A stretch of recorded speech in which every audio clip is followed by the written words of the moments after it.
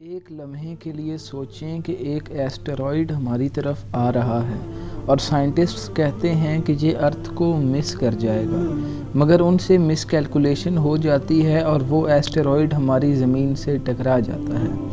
تو پھر کیا ہوگا؟ کیا یہ اختتام ہوگا انسانیت کا؟ کیا ہم ایسٹرائیڈ کی رفتار کو کم کر سکتے ہیں؟ اور اگر یہ سچ میں 2029 میں ہو جائے تو کیا ہوگا؟ السلام علیکم ناظرین، ویب ٹیوب کی ویڈیوز میں ایک بار پھر سے خوش آمدید۔ آج میں آپ کو بتانے جا رہا ہوں کہ کیا ہوگا اگر ایسٹرائیڈ اسی سال ہماری زمین سے ٹکرا جائے۔ ایسٹرائیڈ زمین کی طرف آ رہا ہے اور یہ کوئی مذاق نہیں ہے، یہ سچ بھی ہو سکتا ہے۔ سائنٹسٹس کے اندازے کے مطابق ایسٹرائیڈ نمبر 99942 جسے اپوفس بھی کہا جاتا ہے، 2029 میں زمین سے ٹکرا سکتا ہے۔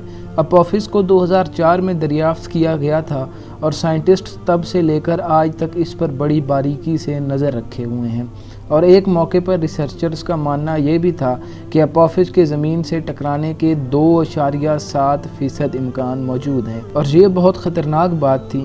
مگر نئی کیلکولیشنز کے مطابق اپوفس زمین سے تقریباً 30,000 کلومیٹر دوری سے گزر جائے گا، مگر حیرانی کی بات یہ ہے کہ چاند ہم سے 3,80,000 کلومیٹر دور ہے اور ہم اسے اپنی عام آنکھوں سے بڑی آسانی سے دیکھ سکتے ہیں۔ تو یہ ایسٹرائیڈ چاند سے 12 گنا نزدیک ہماری زمین سے گزرے گا۔ مگر یہیں پر ایک اور پہلو بھی ہے کہ کیلکولیشنز غلط بھی تو ہو سکتی ہیں، اور سوچیں اگر یہ کیلکولیشنز غلط ہو جاتی ہیں اور اپوفس ہماری زمین کی طرف آ رہا ہے اور یہ اسی سال زمین سے ٹکرانے والا ہے تو کیا ہوگا؟ آئیں اب دیکھتے ہیں اپوفس ہے کیا۔ ناظرین، اپوفس ایک ایسا ایسٹرائیڈ ہے جسے 2004 میں سائنسدانوں نے دریافت کیا۔ اس کا ڈایامیٹر 340 میٹر ہے، اور اگر دیکھا جائے تو یہ فاصلہ مینار پاکستان سے کہیں بڑا ہے۔ یعنی اگر اپوفس کو مینار پاکستان کے ساتھ کھڑا کر دیا جائے تو اپوفس مینار پاکستان سے کئی گنا بڑا ہوگا۔ اب سوال یہ بنتا ہے کہ انسان بھی ڈائناسورز کی طرح ختم ہو جائیں گے؟ اور سائنٹسٹ کے مطابق یہ ایسٹرائیڈ 30 کلومیٹر پر سیکنڈ کی سپیڈ سے موو کر رہا ہے۔ آئیے دیکھتے ہیں کہ اس سے بچنے کے کیا طریقے ہو سکتے ہیں۔ Number 1، kinetic امپیکٹر۔ اس طرح کی چیزوں سے نمٹنے کے لیے ایک اسپیس کرافٹ کی ایسٹرائیڈ سے ٹکر کروائی جاتی ہے، جس سے ایسٹرائیڈ کی سپیڈ پر بہت بڑا اثر پڑتا ہے اور اس کی ڈائریکشن بھی چینج ہو جاتی ہے۔ ناسا اس طرح کے بہت سے کامیاب تجربے کر چکا ہے، تو یہ ایک اچھا آپشن ہے۔ نمبر 2 پر آتا ہے گریوٹی ٹریکٹر۔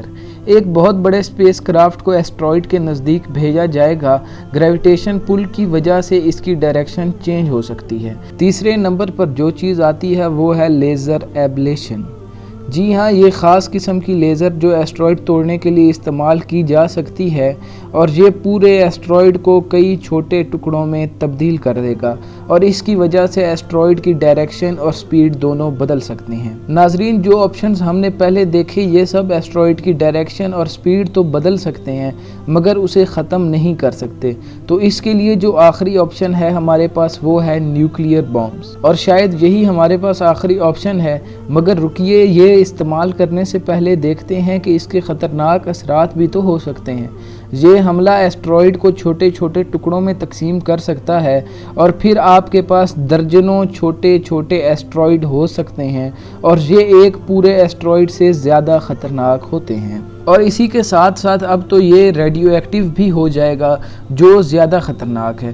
تو آئیے سوچتے ہیں کیا ہوگا اس کا حل۔ ارے بھیا، یہ تو ہم نے سوچا ہی نہ تھا۔